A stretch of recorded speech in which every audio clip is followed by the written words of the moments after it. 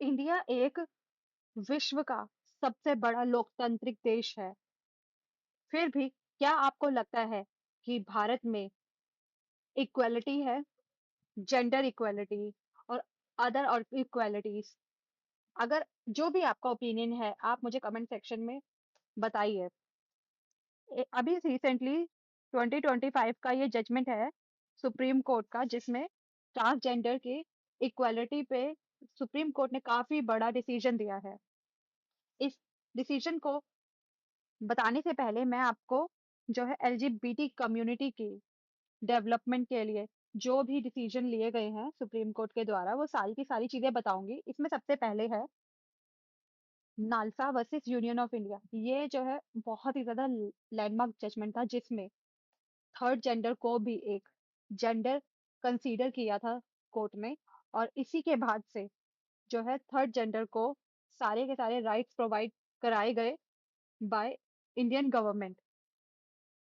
ये काफी landmark judgement है।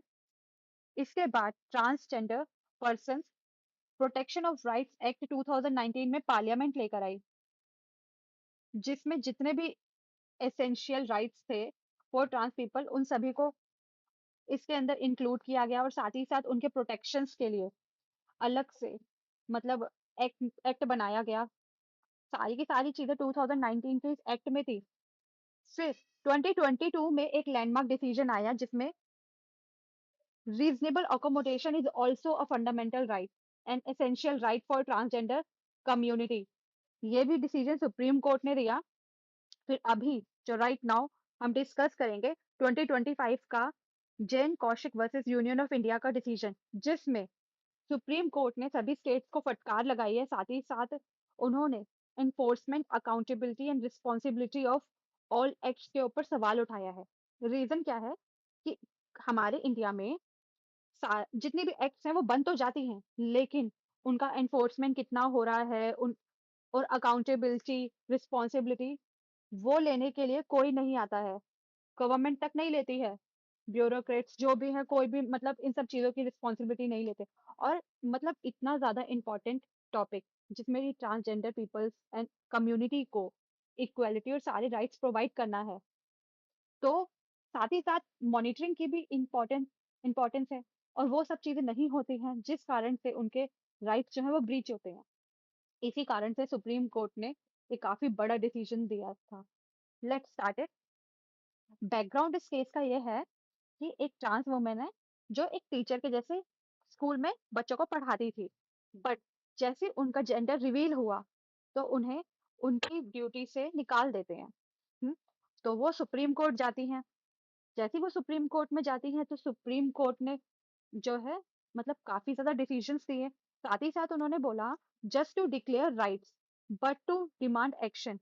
मतलब राइट्स तो डिक्लेयर कर दिए हैं, बट उनको इम्प्लीमेंट कौन करेगा, उसके ऊपर बहुत बड़ा सवाल उठाया। Implementation, accountability of all rights कि कुछ जितनी भी चीजें हैं वो इम्प्लीमेंट क्यों नहीं हो रही हैं, बहुत बड़ा क्वेश्चन था। और ये ही लैंडमार्क जजमेंट है जो अब ट्रांसजेंडर पीपल के राइट्स को प्रोटेक्ट करने में काफी इंपॉर्टेंट भूमिका निभाएगी। Equality needs dignity.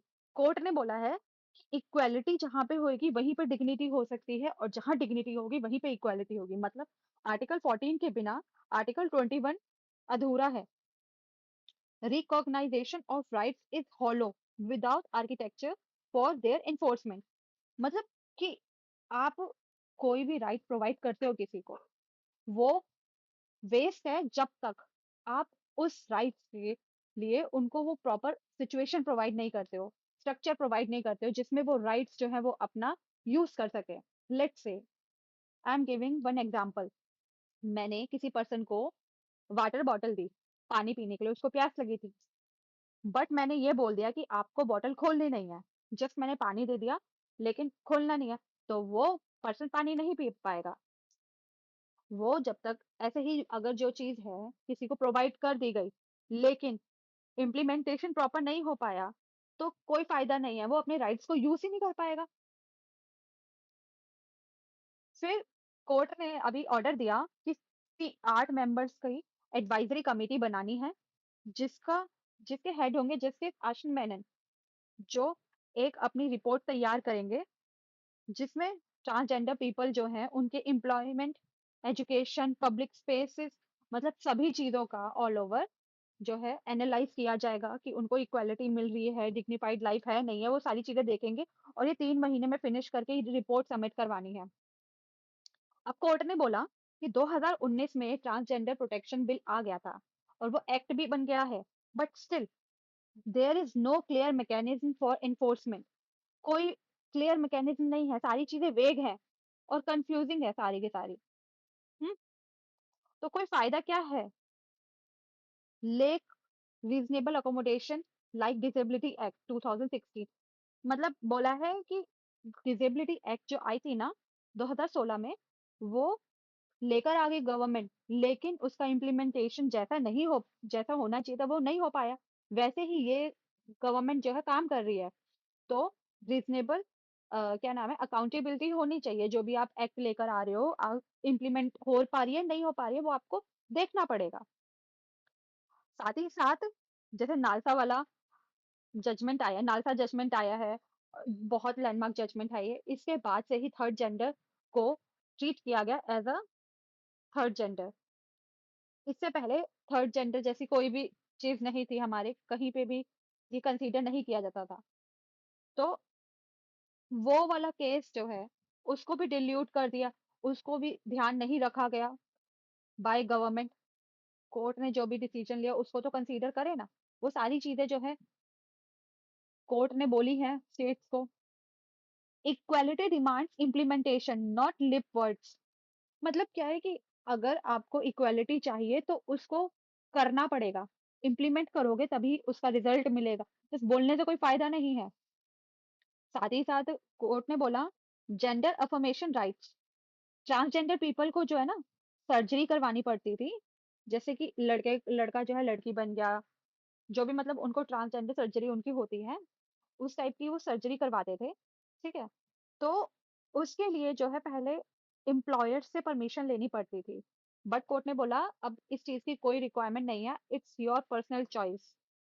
और साथ ही साथ एम्प्लॉयर्स जो है ना वो सिर्फ ओनली डाटा एंड रिकॉर्ड्स के लिए जेंडर कलेक्ट करेंगे कि जेंडर कौन सा जेंडर किसका है, मतलब ये सारी चीजें जो है वो सिर्फ रिकॉर्ड्स के लिए ही कलेक्ट करेंगे, ना कि वो कोई पर्सनल यूज के लिए कर रहे हैं।